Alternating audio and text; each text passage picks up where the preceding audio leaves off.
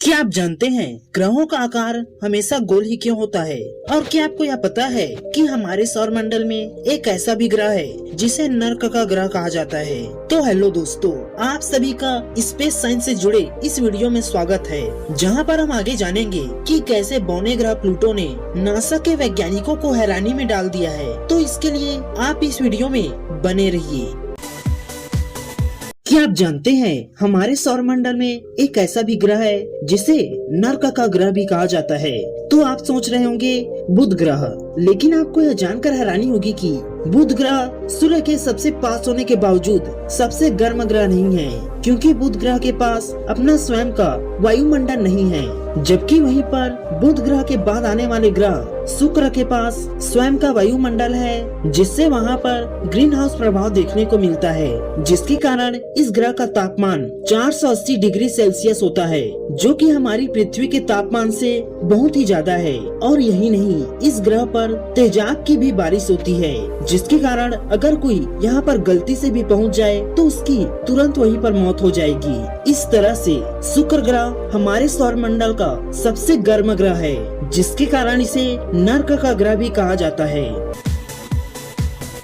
क्या आप जानते हैं जिस प्रकार हमारी धरती पर विभिन्न क्रियाओं के कारण हमें आवाजें सुनाई देती हैं, ठीक उसी प्रकार हमारे सौरमंडल के अन्य ग्रहों पर और यहाँ तक कि हमारे सूर्य से भी विभिन्न क्रियाओं के कारण आवाजें सुनाई देती हैं, जिसे नासा और दुनिया भर के अन्य स्पेस एजेंसियों ने स्पेस मिशन के दौरान अपने स्पेस क्राफ्ट में लगे उन्नत डिवाइसों से कैप्चर किया है।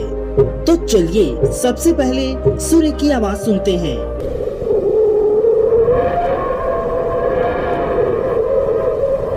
अब इसके बाद हमारे सौरमंडल का सबसे छोटा ग्रह तथा सूर्य के सबसे पास का ग्रह बुध से आने वाली आवाजों को सुनते हैं।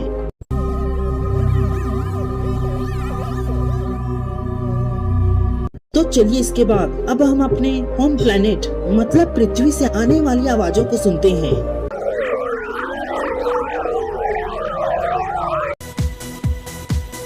आप सभी यह तो जानते ही हैं कि अंतरिक्ष में मौजूद सभी ग्रह एक दूसरे से काफी अलग होते हैं और उनका आकार भी काफी बड़ा या छोटा होता है। लेकिन क्या आपको यह पता है इन ग्रहों का आकार क्यूब, पिरामिड या डिस्क के आकार का ना होकर हमेशा गोल ही क्यों होता है? तो दोस्तों, जब अंतरिक्ष में मौजूद पदार्थ एक दूसरे से टकराते हैं तब एक ग्रह का निर्माण होता है और धीरे धीरे उसमें गुरुत्वाकर्षण भी बनने लगता है। ग्रहों के निर्माण की प्रक्रिया में जैसे जैसे ग्रह बड़े होते जाते हैं उनका गुरुत्वाकर्षण बल भी बढ़ता जाता है। और आप सभी यह तो जानते ही हैं कि गुरुत्वाकर्षण बल चारों तरफ से एक समान लगता है। जब इन ग्रहों का आकार 1000 किलोमीटर से भी बड़ा हो जाता है तब इनका गुरुत्वाकर्षण बल इतना ज्यादा प्रबल हो जाता है कि ये केंद्र की ओर खिंचाव महसूस करने लगते हैं। इसी खिंचाव के कारण ये टूटने लगते हैं और ज्यादा से ज्यादा केंद्र के पास जाने लगते हैं, जिसे एसोस्टेटिक एडजस्टमेंट भी कहा जाता है। लंबे समय तक यही प्रक्रिया चलने के कारण इन ग्रहों का आकार गोल हो जाता है और इस तरह से साफ तौर पर कहा जाए तो ग्रहों के गोल आकार होने का कारण गुरुत्वाकर्षण बल है।